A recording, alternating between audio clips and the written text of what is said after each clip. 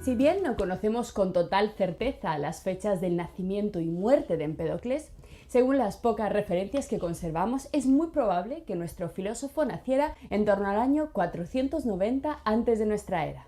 Lo que sí sabemos con total seguridad es que su nacimiento se produjo muy cerca de las coladas del lava del Etna. Concretamente, Empédocles nació en la bellísima ciudad de Agrigento, en Sicilia.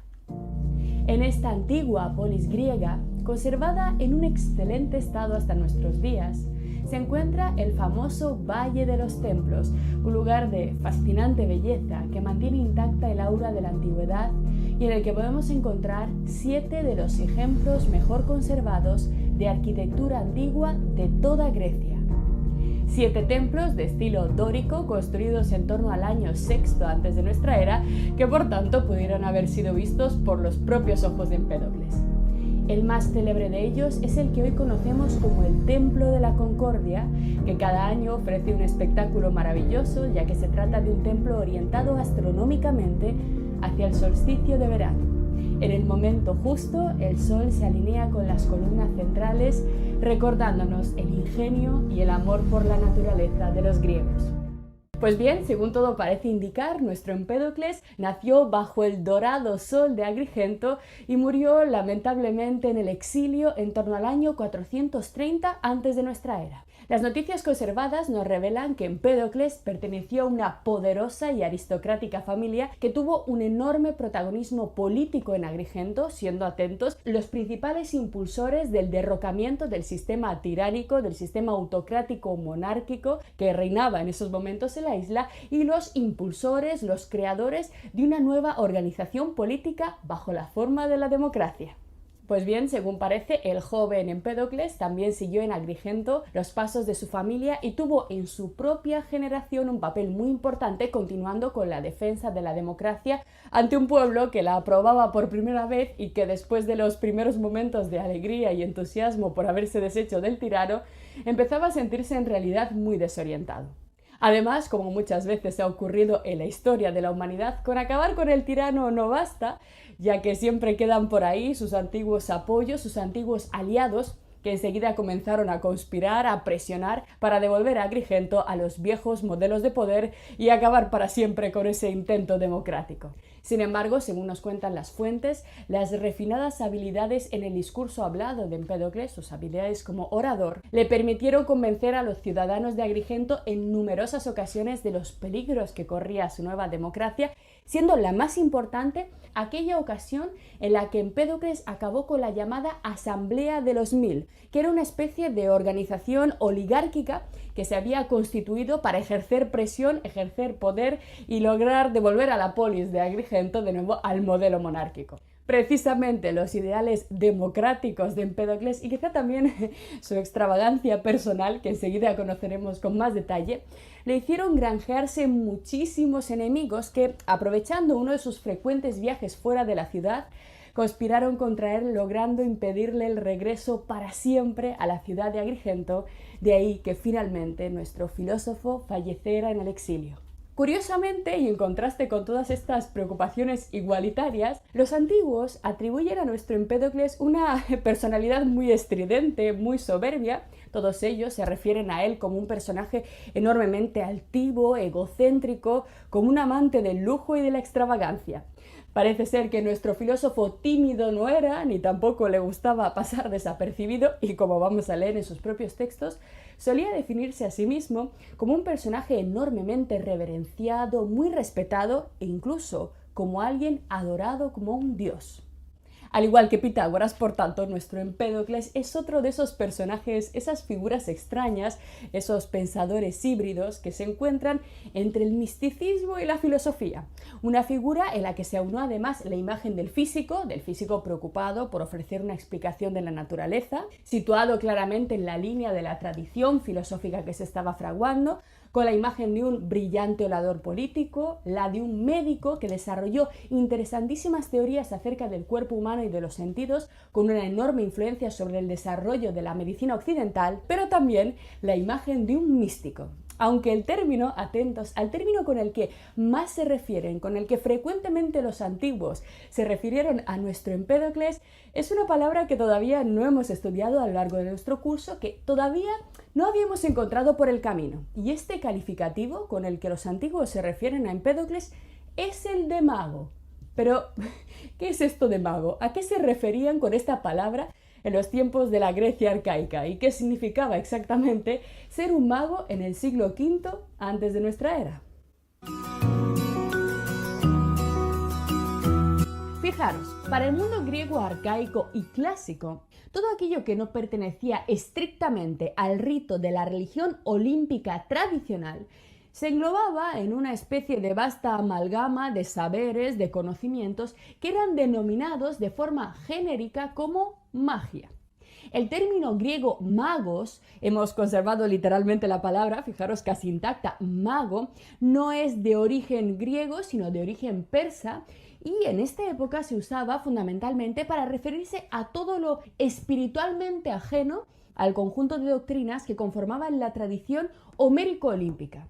Magos, por tanto, eran los persas, magos eran los egipcios, magos eran los órficos y en general magia era todo lo que viniera de Oriente.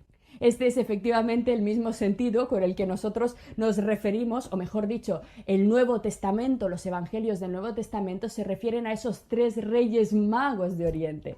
¿A qué se refieren con esta expresión? A 3 reyes orientales, a 3 individuos que no eran ni hebreos, ni romanos, ni griegos, que venían de Oriente con saberes, con conocimientos completamente diferentes y además rigiéndose por la posición de los astros, algo típicamente caldeo, algo típicamente babilónico. Fijaros, el papiro de Derbeni, que nosotros ya conocemos bastante bien, que era la fuente, si recordáis, más antigua y más completa para el conocimiento de la religión órfica, incluye en su texto, en su redacción, numerosísimas referencias a los magos.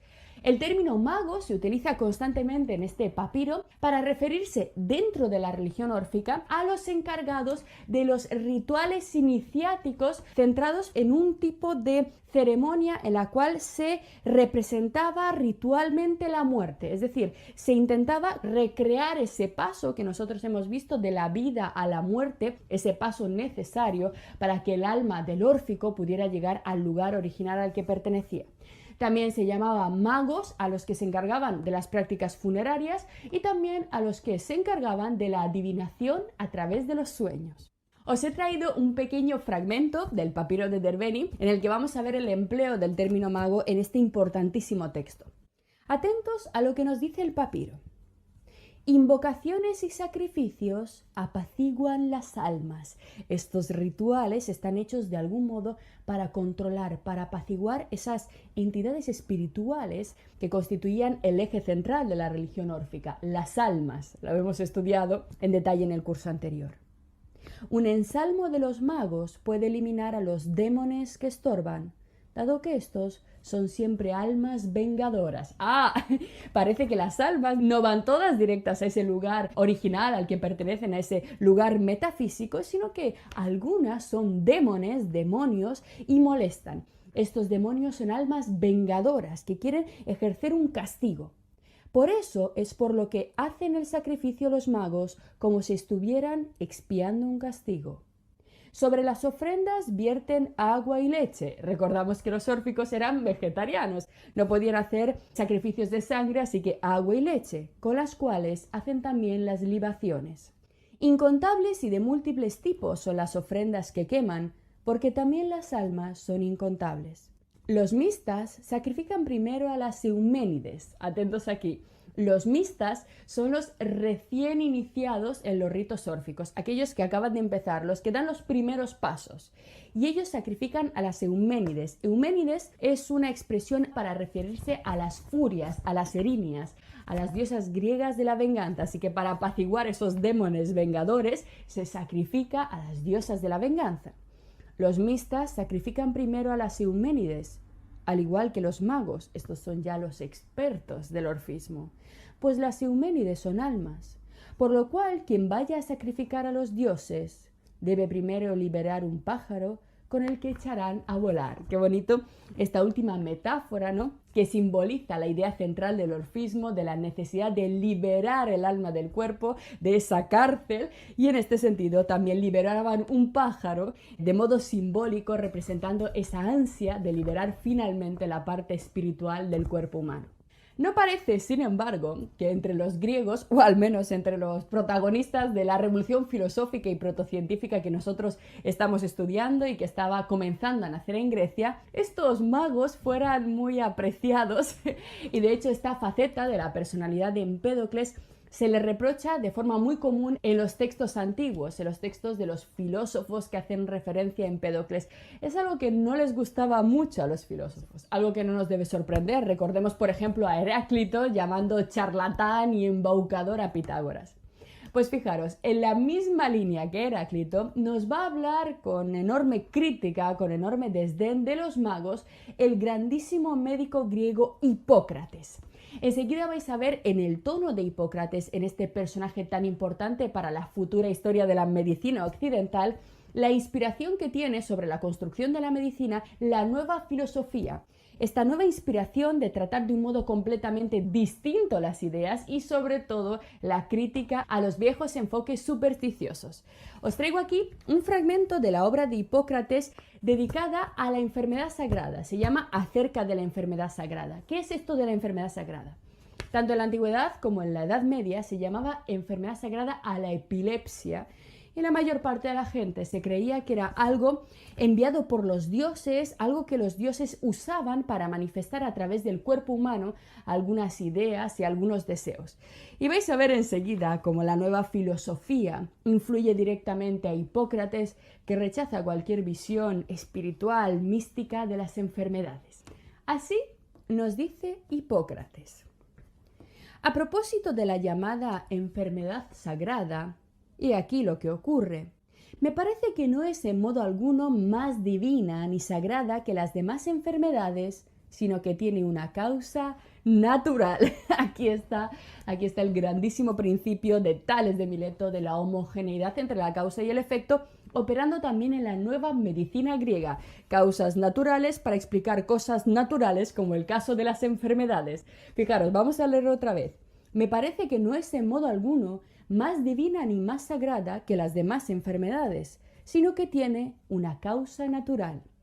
Pero los hombres creyeron que su causa era divina por inexperiencia. Fijaros también cuál es la causa de esta creencia según Hipócrates: la falta de observación empírica, la falta de atención a los procesos naturales en sí mismos, la inexperiencia, la falta de trato con el mundo de los sentidos, con el mundo físico. Por tanto, los hombres creyeron que su causa era divina por inexperiencia o por el carácter maravilloso de esta dolencia. Fijaros, el término maravilloso aquí es muy importante porque en latín este término da lugar al concepto mirabilia, del cual procede el término milagro. Milagro proviene de lo que te admira, lo que te sorprende, de la maravilla, la mirabilia medieval. Así que fijaros que los hombres creyeron que la enfermedad era divina por inexperiencia o por el carácter admirable y extraño de la enfermedad, que no se parece en nada a las otras enfermedades. Y si la imposibilidad de conocer lo divino confirma su punto de vista, la banalidad del sistema de curación que adoptaron lo contradice, dado que la trataron por medio de purificaciones y encantamientos. Aquí está la crítica directa que hace Hipócrates a estas ideas de las purificaciones, de la necesidad de limpiar una mancha, como las purificaciones y los encantamientos de los magos. Ahora bien, si se ha de considerar divina por sus extraordinarios rasgos, serán muchas las enfermedades sagradas y no una sola, porque yo demostraré que aquellas otras, a quienes nadie considera sagradas, no son menos extraordinarias ni prodigiosas. Por un lado, las fiebres cotidianas, cuyo carácter no se considera extraordinario, no me parecen en modo alguno menos sagradas, aquí fijaros es irónico, y de origen menos divino que esta enfermedad. Por otro lado, veo que los hombres están fuera de sí y deliran sin ninguna causa evidente, y que realizan muchos actos intempestivos, y sé que muchos hombres gimen y gritan en sueños, que otros se ahogan y que otros saltan del lecho y huyen de su casa y están delirando hasta que despiertan, y que luego están sanos y cuerdos como antes, aunque pálidos y débiles. Y esto ocurre no solo una vez, sino muchas. Hay particularmente otros muchos casos variados, pero hablar de cada uno de ellos nos obligaría a extendernos mucho. ¿Qué está haciendo aquí Hipócrates? Está ofreciendo ejemplos inductivos, ejemplos basados en la observación empírica de otros tipos de enfermedades que tienen el mismo comportamiento, que se manifiesta de la misma forma que esta epilepsia o enfermedad sagrada que algunos atribuían exclusivamente a los dioses. La forma de proceder es completamente diferente y este es también la raíz de la medicina occidental. Por eso os digo que la filosofía, os he dicho muchas veces, que crean los presocráticos en la época arcaica es la base no solamente del futuro pensamiento filosófico, sino del pensamiento científico occidental. Estamos en un momento capital. Y continúa Hipócrates. Yo creo que los primeros en considerar sagrada esta enfermedad fueron hombres del tipo de los magos, los purificadores, los charlatanes y los embusteros, aún hoy existentes. Quizá Hipócrates albergara la esperanza de que en su época fueran ya desapareciendo este tipo de personas. Y sin embargo aquí estamos, 2500 años después, luchando con las mismas ideas. Y fijaros atentos a lo que dice a continuación Hipócrates. También estos presumen de muy piadosos y de saber más que nadie. Fijaros, esta es una pista muy interesante que nos da Hipócrates para poder identificar este tipo de charlatanes, este tipo de embaucadores de los que hablaba también Heráclito. En primer lugar, se presentan como gente de fe, gente muy piadosa, gente conectada con el ámbito espiritual de la realidad, y en segundo lugar, como personas que tienen un saber absoluto y sólido acerca del tema que se esté tratando. Generalmente tiene que ver con la salud humana o con nuestra felicidad. En cambio, como hemos visto, el filósofo es aquel que no dice que sabe, sino el que busca el saber, el que ama el saber, el que reconoce su ignorancia. Y aquí veis cómo se empieza a dibujar ese gran enfrentamiento, ese cambio de actitud entre los antiguos magos, curanderos y purificadores y los nuevos pensadores pertenecientes a esta inédita tradición que abrió la filosofía griega. Y en efecto, nos dice Hipócrates, tomando lo divino como abrigo y escudo, y utilizándolo como pretexto de su incapacidad para encontrar un remedio que con su administración reportase alguna utilidad, fijaros, se usa lo divino como excusa de la incapacidad, de la mediocridad como médicos, y para no ser tachados de ignorantes, consideraron sagrada esta afección, el uso del término sagrado para meterlo en todo, para explicarlo todo, una palabra que de tanto usarla pierde cada vez más sentido. Y después de haber inventado una historia adecuada para explicar, en este caso, la epilepsia, establecieron un proceso curativo de acuerdo con su seguridad personal, prescribiendo para ello purificaciones y encantamientos. Y fijaros, en la misma línea que Hipócrates, tenemos también una durísima crítica contra los magos, contra esta parte de la personalidad de Empédocles que os digo no les gustaba a la mayor parte de filósofos, en la República de Platón. Fijaros, Platón, qué duro es con estas actividades que ya no tenían nada que ver con la nueva filosofía. Nos dice Platón, charlatanes, adivinos y magos que van a las puertas de los ricos. Me encanta este comienzo porque literalmente nos está señalando qué es lo que busca este tipo de gente. Lo único que busca es el dinero y por eso van fundamentalmente a las puertas de los ricos para contarles sus historias. Charlatanes, adivinos y magos que van a las puertas de los ricos les convencen de que están dotados de un poder procedente de los dioses. El de, por medio de sacrificios y ensalmos, curar cualquier injusticia cometida por uno mismo o por los antepasados con la ayuda de diversiones y fiestas. Y el de, si alguien quiere causar un mal a un enemigo, por poco dinero, y tanto si es justo como si es injusto, dañarle por medio de conjuros y ataduras, pues dicen que persuaden a los dioses para que les sirvan. Fijaros como Platón, fijaros, se está riendo ya de este tipo de engañifas, de este tipo de historias que circulaban en la época arcaica y que, en fin, hoy en día no sabemos cómo, pero siguen vivas entre nosotros. Nos aducen, dice Platón, un batiburrillo de libros de Museo y Orfeo. Aquí está la crítica directa al orfismo por parte de Platón. Unos libros con arreglo a los cuales organizan sus ritos, convenciendo no solo a particulares, sino incluso a ciudades de que es posible la liberación y la purificación de las injusticias, tanto en vida como una vez muertos, por medio de sacrificios y juegos divertidos, a los que eso sí, ellos llaman iniciaciones, que nos liberan de los males del más allá, mientras que a los que no han celebrado sus sacrificios les esperan terribles castigos. Lo que acabas de ver es solo un pequeño fragmento de nuestro curso. Si quieres disfrutarlo en su totalidad y descubrir muchos otros cursos, también de historia de la ciencia y de historia del arte, visita nuestra web anaminecam.com. Y recuerda, este proyecto solo es posible gracias a nuestro programa de microfinanciación. Si quieres apoyarnos, conviértete en uno de nuestros micromecenas en Patreon. Desde solo €1 al mes nos ayudarás activamente a seguir difundiendo la cultura. Gracias.